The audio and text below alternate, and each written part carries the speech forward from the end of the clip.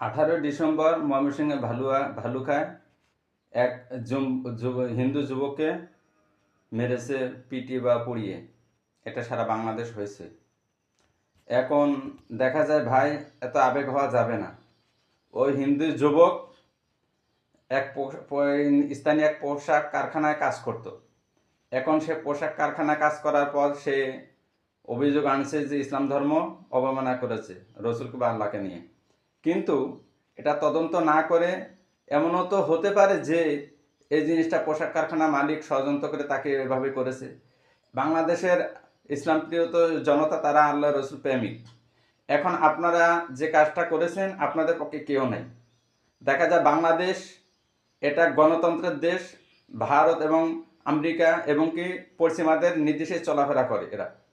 এখন আপনি আল্লাহ রসুল এবং নবীর অবমাননার কারণে আপনি এই কাজটা করেছেন, ঠিক আছে, কিন্তু বাংলাদেশে তো এই আইনটা নাই। ইসলাম রসুলকে অবমাননা করলে তাদের শাস্তির আওতায় এই আইনটা নাই। এখন এই আইনটা যদি থাকতো তাহলে হতো, কিন্তু কেউ নিজ হাতে এসব আইন হাতে তুলে নেবেন না। কেউ যদি অবমাননা করে আল্লাহ রসুল এবং ইসলামকে, তাকে ধরে পুলিশের কাছে দেন, এটাই নিয়ম। পুলিশ সরকার কাছে দিয়ে আপনারা আন্দোলন করেন, তার বিভিন্ন শাস্তির জন্য আপনারা আন্দোলন করতে পারেন, যেতে পারেন, কিন্তু এভাবে তদন্তবাদে একটা যুবককে পুড়িয়ে মারা, হত্যা করা, এটা ঠিক না। আর যেহেতু বাংলাদেশ এটা গণতন্ত্রের পশ্চিমা ভারতের নির্দেশনা চলে, তা আপনি ইসলামের কেউ যদি ক্ষতি করে, আপনি সরাসরি আপনি নিজে এটা প্রতিহত না করে এটা আইন নিয়ে চলেন, এবং কি দেখা যায় আপনি আইনের ভেতরে থেকে তাকে শাস্তির আওতাধীন আনেন, গ্রহণ করেন।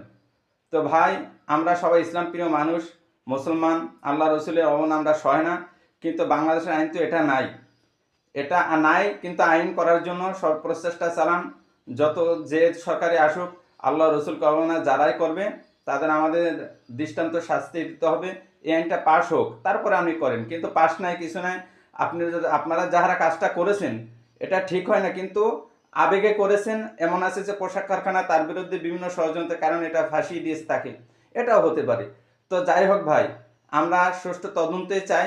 আর যাহারা করেছে তারা আবেগেই করেছে, আল্লাহ রসুল প্রেমিক, কিন্তু আপনারা তো আইনের যেটা করেছেন এটার আপনারা সঠিক তদন্তবাদী করেছেন।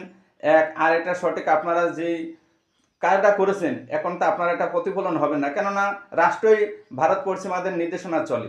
তা আপনি তো সঠিক ইসলামের বিচার পাবেন না। তো যাই হোক, আমরা সারা বাংলাদেশ যখন ইসলাম এবং রসুলের অবমাননা হবে, আমরা কি করব, তাকে ধরে পুলিশের কাছে সরকার হস্তান্তর করব, নিজ হাতে কোনো দায়িত্ব যাতে কাঁধে তুলে না নিই ভাই।